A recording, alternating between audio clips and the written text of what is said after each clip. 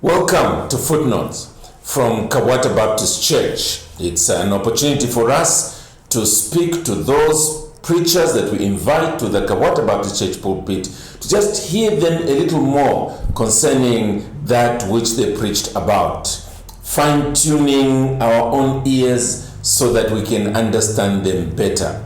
On the 15th of March, we had Pastor Kayombo here preaching for us at Kabwata Baptist Church, both morning and evening.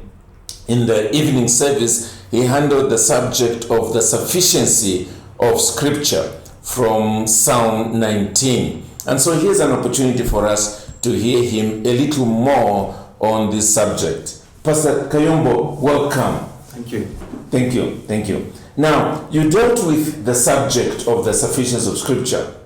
And if we can just try to bring it into the context of the coronavirus pandemic, in which the voices out there are all saying, listen to science, listen to science, listen to science.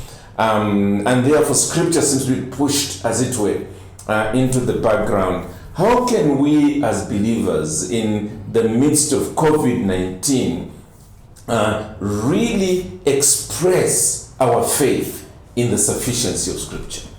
Okay, thank you so much for having me. I would want to say that the sufficiency of Scripture is not on the physical things, like disease or chemistry or biology. It is the sufficiency of Scripture on spiritual and moral issues.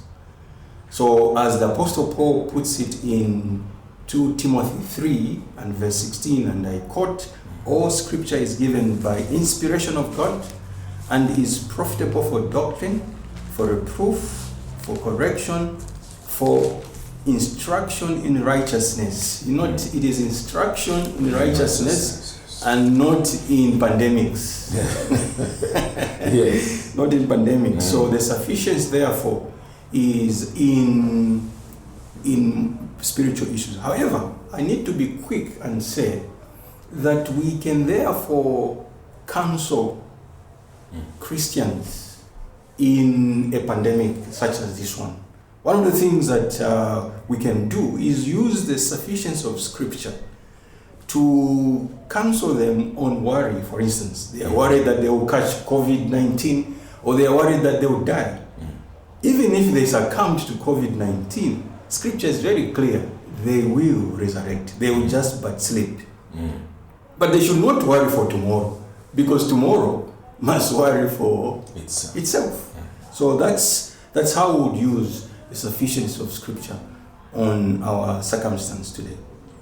Thank you. And the example that you just used about worry is helpful, because I think that's the primary difficulty that especially Christians in Zambia are going through, bearing in mind that the number of deaths and the number of those that have caught the disease is not as wide as it might be in other parts of the world. However, let's move a little bit away from COVID-19 and simply ask a general question. As a pastor dealing with a lot of professing Christians, what other areas do you find them failing to rest on the sufficiency of Scripture, and as a result they end up leaning more on worldly wisdom? Would you give us a few examples of such areas? Well, perhaps the example that I would give is the same worry I talked about. Worry is not considered as sin. In fact, the vocabulary of an ordinary person, and even Christians, is that I was worried. I was worried that you're not coming. Now, I was worried you're not coming is sin. It is a sin as adultery is. And therefore, we must begin to think correctly. We must begin to renew our mind on the subject of worry, because worry is anxiety, it is fear, it is trauma, and therefore we need to have complete overhaul on the subject of worry. And I think that in such areas as worry, we need to to rethink as Christians. What was your question again? Sorry. Yeah, no, you answered it quite correct. I was just saying that different areas other than COVID-19 in which Christians fail to rest on scripture, absolutely. And then they are sort of just listening to the word. The subject of parenting, for instance, I have had to wrestle with Christians, even myself, because we depend on the norms and culture and customs we grew up with. If our parents parented us in a certain way, that's what we follow, and we live the sufficiency of Scripture. Scripture is adequate. Scripture is complete with respect to all the departments of our lives, including parenting, including contentment or worry or anger, for instance. I mean, there are people who struggle with anger. I mean, I'm none of them, and I have to wrestle, particularly that I renew my thinking, because Scripture is clear. Anger is like a city without a wall, Proverbs says. And you allow all sorts of sin to come in. You have heard that the person has killed. It's because of anger. Yeah. Well, thank you very much for those examples that you have given us. And especially, like the last example you've given, the tendency there is that a person has a short fuse, so someone upsets him, and before he thinks, he's already exploded and does a lot of things that he would not have planned if he had all the time in the world. So the question I want to ask is, what can we do up front, well in advance, to help build our confidence in Scripture, so that by the time that hour of temptation comes, when we are being tried, by the time the fuse is about to explode,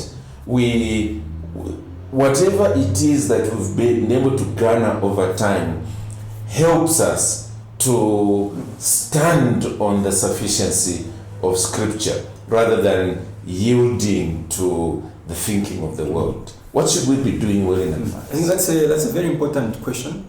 I would begin by likening our preparedness in the spiritual matters with the physical preparedness or physical fitness or financial fitness. If you're going to run a race, preparation begins well in advance so that you are fit. If you're going to have financial fitness, you need to begin serving now. If you're going to be fit, that's the same principle you use with Scripture. You need to begin to build the wealth of Scripture in your mind.